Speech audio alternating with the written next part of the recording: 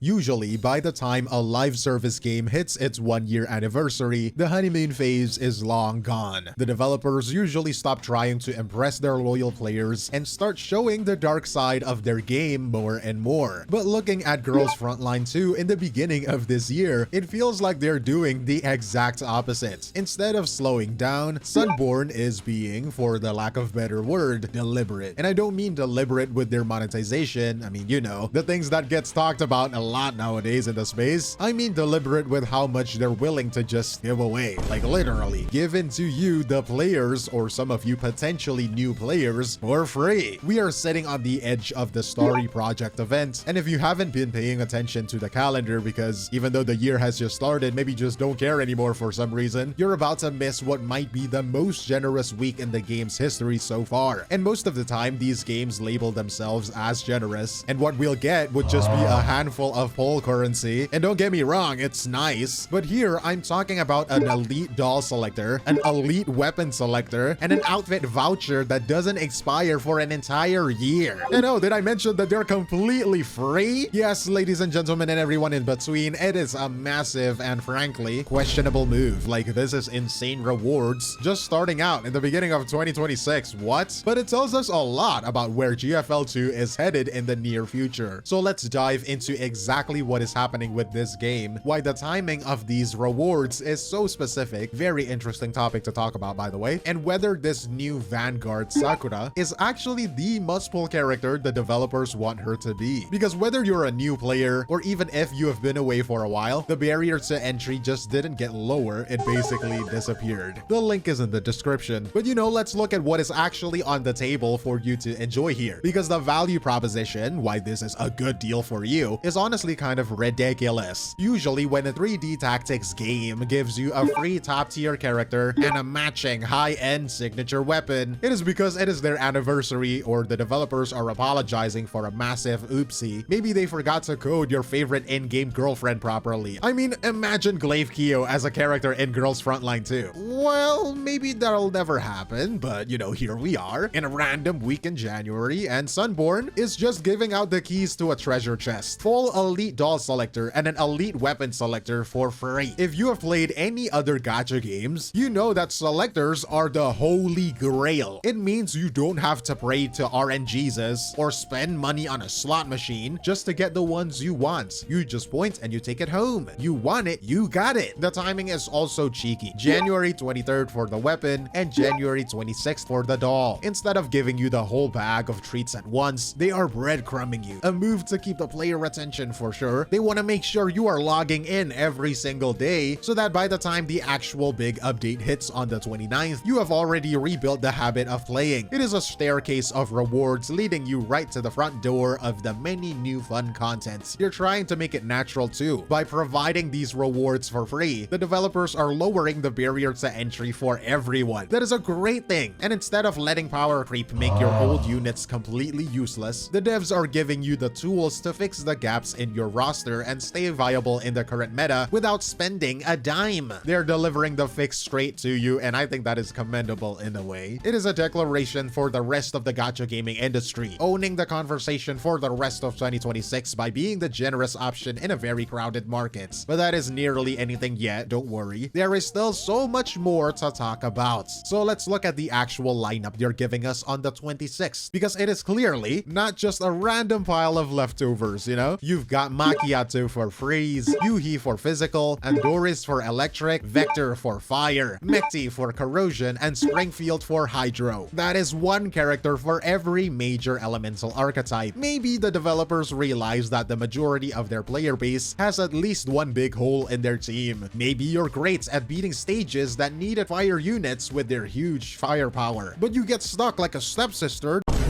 the moment you are in a stage that needs to be crowd controlled in some way. I don't know. This selector removes that annoying feeling of hitting a wall because you don't have the right answer to beat a specific problem. And usually, you would have to wait months for a specific limited time banner where you would pull for the characters to come back around so you could finally get what you need for your accounts. But with this selector, you just look at your roster, you find the element you're weakest in, and then fix it. There's no need to gamba. And to make sure these dolls actually work when you get get them, right? They're handing out the weapons a few days earlier on the 23rd. And getting something like Sparkling Center Stage or Banshee's Whisper alongside a new elite doll is a massive deal. In this game, a character without their specific high-end weapon is like me without my ADHD pills. It is technically powerful, but it is not going anywhere fast, or anywhere really, or doing anything really. I will just be on my bed scrolling TikTok, but well, okay, maybe it's not that bad, but I hope you're getting what I mean, right? By giving you both the characters and the weapons, me and my pills.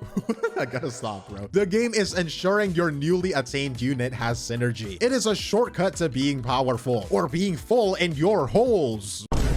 But anyways, it is also worth looking at how they're handling the aesthetics of the characters, how the game handles outfits and looks. This is where it gets interesting for me. I'm not gonna lie. I know it. You know it. Everybody knows it. This is Gooner Central, baby. We have to talk about the free outfit self-select voucher delivered in your mail in the 23rd. Most games give you a gift that expires in a week to force you to spend it immediately, inducing FOMO. But this voucher is valid until the end of December 2020. That is a massive long-term validity. It is a high trust move from Sunborn. They're basically betting that even if you don't see a skin you love today, you will still be playing months from now on until you're sure which one you would want. It is basically a hint, a way of telling you that they plan on being around for a long time. The expansion here is actually where the collection aspect of GFL2 shines. You can use this voucher to redeem classic outfits for 1580 credit tokens or below. Let me tell you that seeing these skins in the dorm scenes really highlights the modeling quality. I mean, the way the light interacts with the materials and the unique animations of each doll, whether it's formal wear or something more casual or something more cute, I don't know. These outfits really makes these characters feel so much more,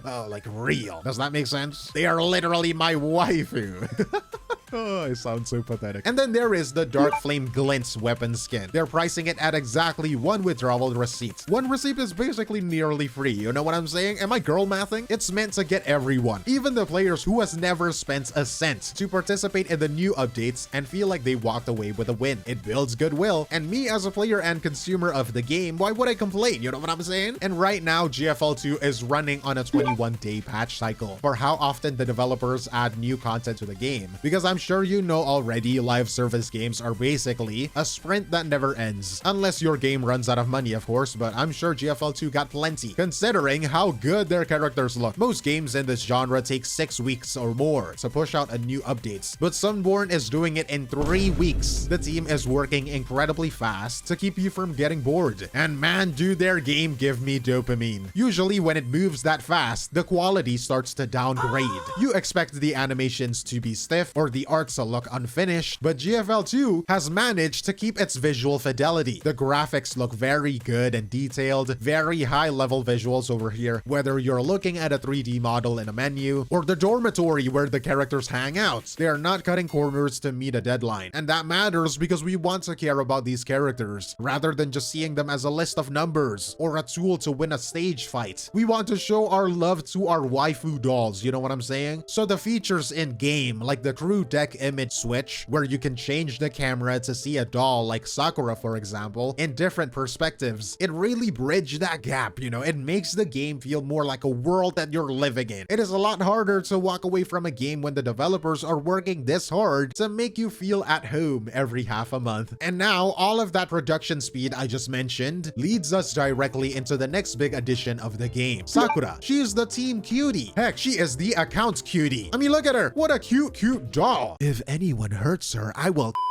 and leave her alone. I will protect you. Her personality fits that archetype, you know what I'm saying? She is shy, polite, and apparently she has the kind of bad luck that makes you want to look out for her, you know? My sweet waifu doll Sakura, I will protect. But looking past the personality, her tactical role is a vanguard. A vanguard is the unit that leads the charge and takes the fight directly to the enemy. Usually these units are the divers who go in battle, damage an enemy, tank out damage from them, and functions as a taunt. So the enemy enemies would put their eyes on her instead of the more squishy teammates. Sakura is different because of her Sakura marks. This gives her a wide area mobility, meaning she can cover massive distances across the map in a single turn, hitting everyone in her way with AoE damage, hitting multiple enemies at once. But the real tactical play here is her thermal conduction mechanic. This is a team-wide buff, a power-up that affects every doll in your squad. It turns her into a force multiplier, a unit that makes everyone else on the team more efficient, literally just by being on the field. This is where her signature weapon, the Crimson Covenant, becomes essential. In Girls Frontline 2, an imprinted weapon is a specific piece of gear designed to unlock a character's true potential by complementing their mechanical weakness. You want this weapon because Sakura's ability to buff the team depends on how fast she can stack and trigger her marks. Without the Crimson Covenant, her ramp-up time, the period it takes for her to reach the full power during a fight, is much slower. The weapon essentially acts as an accelerator. It ensures she is applying marks and triggering thermal conduction as fast as possible. If you're planning to use her as the engine of your team's rotation, the weapon is a component that makes the cycle work in your favor. And so combining the generosity we talked about, giving away top-tier stuff for free, with a relatively super fast update schedule, they're trying to make up more space in the market and make it harder for you to want to spend your time anywhere else. It is a deliberate strategy, but considering how there is new games coming out every week, being the most generous guy in the room is a pretty good way to stay relevant and stand out. It really makes me wonder though, if GFL can hand out elite selectors in a random month like January, it raises the bar for what we should expect from everywhere else in the anime-style strategy gacha game genre in 2026, you know? If the competition doesn't match this level of value, they might find their players migrating to here, which of course, you know, could be a good thing. But that is a conversation for the long term, for another day. Right now, the most important date on your calendar is the 26th, since that elite selector lets you pick your own meta fix. And I'm curious to see how everyone is using it. Let me know in the comments below, but that is all from me, 𝗖cie𝗽𝗆𝗿𝗵𝗁, and I will see you in the next one. Cheers!